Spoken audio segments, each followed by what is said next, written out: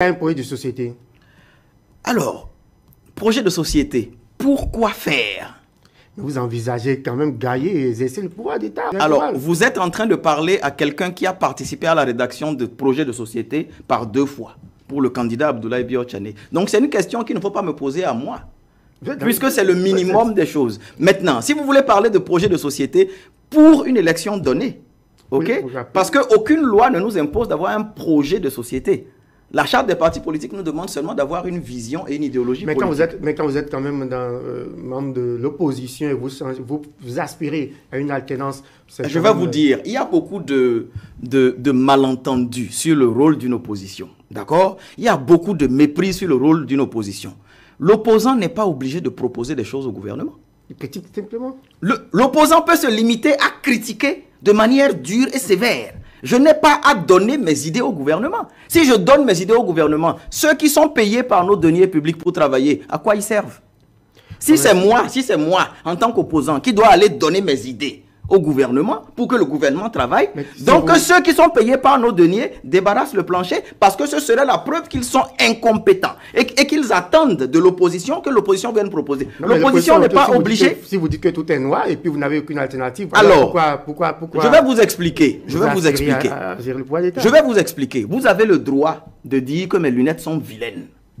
Sans me donner une justification donnée. Vous avez le droit de me dire que mon sourire est vilain, sans me donner une explication donnée. En politique, c'est la même chose, c'est encore pire. L'opposant n'est pas obligé de proposer quelque chose. Et je vais même vous dire que moi-même, j'ai fait entorse à tout cela.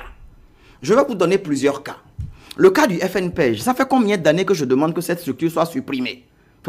Parce qu'elle ne sert à rien et parce que l'État ne peut pas faire du financement à la place des privés. Pendant combien d'années j'ai proposé? Allez relire encore toutes mes publications à ce sujet. J'ai toujours proposé de le transformer en agence, institution financière. Ça a été fait finalement ou pas? Donc un opposant qui a proposé des choses au gouvernement. 1.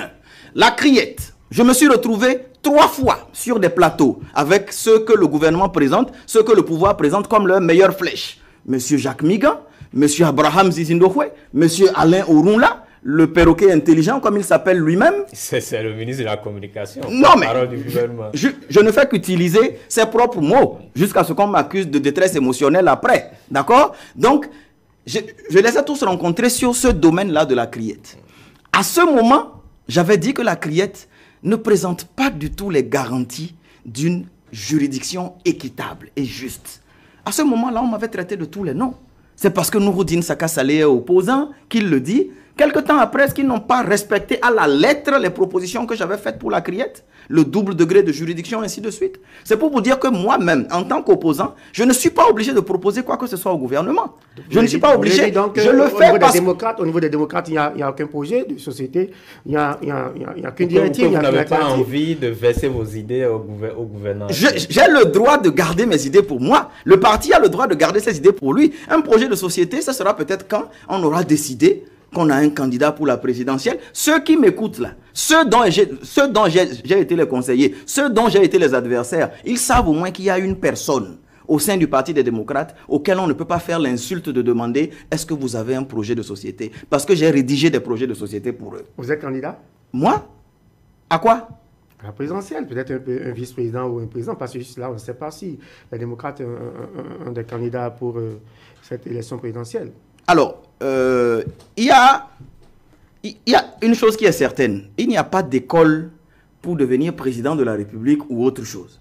C'est le premier jour où on accède à la fonction qu'on découvre l'exercice de la fonction.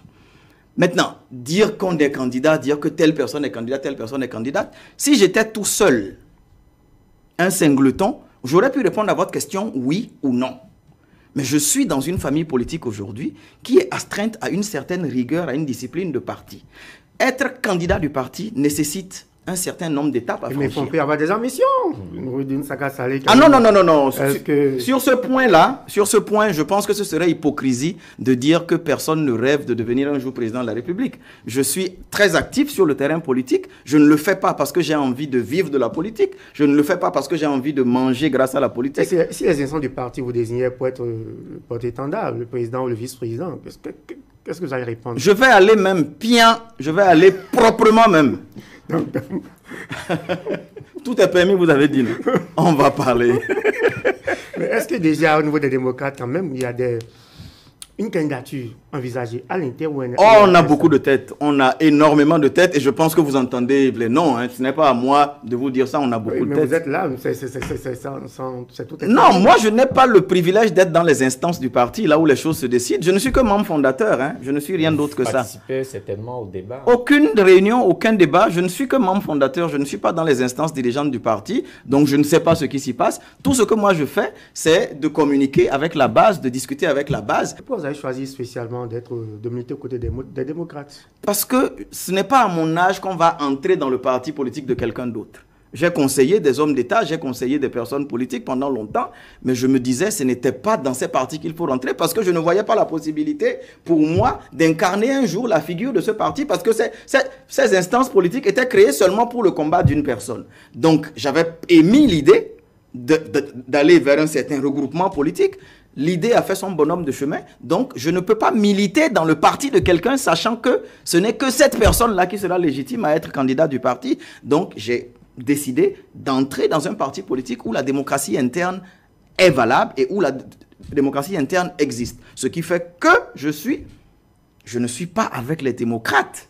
Je suis initiateur du parti Les Démocrates. Ce n'est pas que je suis venu rejoindre les démocrates. Non, non, non, non, non. Vous êtes membre fondateur. Je suis un des initiateurs du parti Les Démocrates. Nous nous sommes entendus un certain nombre et on est allé supplier les deux anciens chefs d'État en leur disant « Vous avez une expérience que personne d'autre n'a au Bénin. Nous voulons que vous nous accompagniez. » Donc le président Yahi Boni a accepté d'être membre fondateur du parti. Le président Soglo n'a pas souhaité être membre fondateur du parti. Mais nous avons créé un parti politique parce que nous voulons quand même que personne ne vienne revendiquer la paternité de ce parti politique. Le parti nous appartient à tous. Et c'est ce que je dis à tous les membres fondateurs. Je dis, ce n'est pas X ou Y qui a créé le parti politique, c'est nous tous. Ne dites plus jamais qu'il y a eu des réformes au Bénin. N'utilisez même plus ce terme-là. Ce ne sont pas des réformes, ce sont juste des règles pensées pour arriver à une situation d'exclusion. Point final. Vous savez qu'avant l'arrivée du président Patrice Talon, quand même, les acteurs avaient déploré ce multipartisme intégral qui a dépiécé un peu la cohésion nationale. Et puis, les acteurs avaient souhaité quand même qu'on puisse cerner quand même le paysage politique. Ce n'est pas du fait du régime forcément actuel. Combien de fois c'est mauvais en soi de combien de fois cerner le paysage politique. Combien de fois vous avez eu du mal à reconnaître votre logo sur un bulletin de vote? C'est pour ça qu'il faut avoir 500 partis. Oui. Je vous demande combien de fois vous avez eu du mal. Non, non, on va aller pas à pas. On va aller pas à pas. On va aller pas à pas. Est-ce que vous connaissez combien de partis il y a en France? La comparaison n'est pas... Il y a plus de 600. Non, non, non, non, non. C'est pour vous dire en fait que ce sont... Si la loi était appliquée au Bénin, si les institutions du Bénin fonctionnaient normalement, il n'y aurait pas plus de 10 partis politiques existants et régulièrement constitués en République du Bénin. Comment? Parce que justement, la loi, la charte des partis politiques qui existait, donnait déjà les critères de rétention des partis politiques au fil du temps. C'est-à-dire, si un parti politique n'est pas allé aux élections après un certain nombre de fois, il disparaît.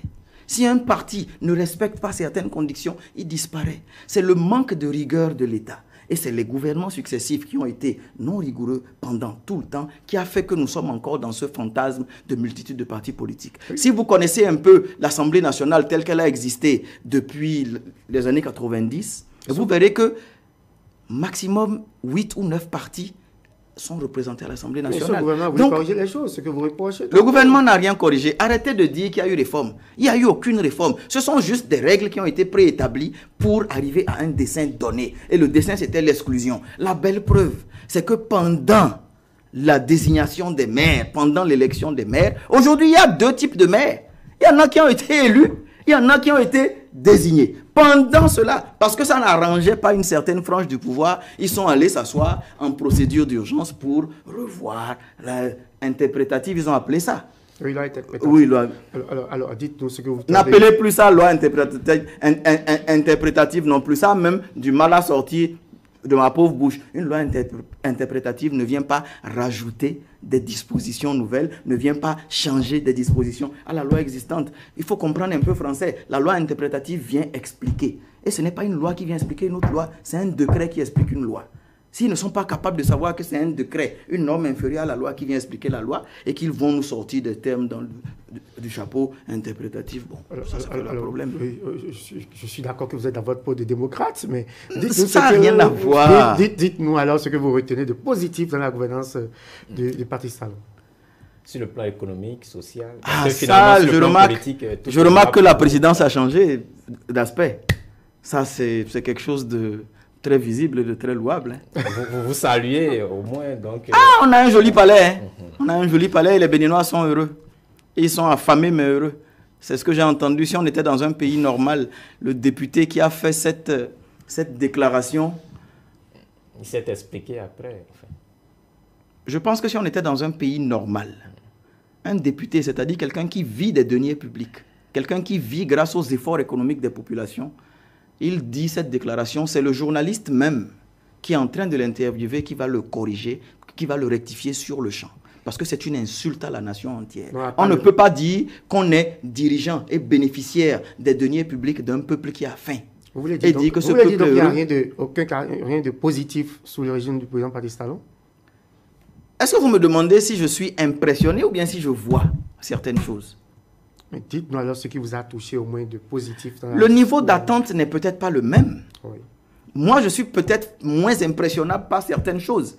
Mais je vais vous dire, je ne peux pas féliciter un gouvernement qui fait des routes. Pourquoi? Parce que je pense que même le dernier Cabri, président de la République, va faire des routes. Le Bénin, il faut être honnête, j'ai été opposant à la gouvernance Yahi pendant les 10 années.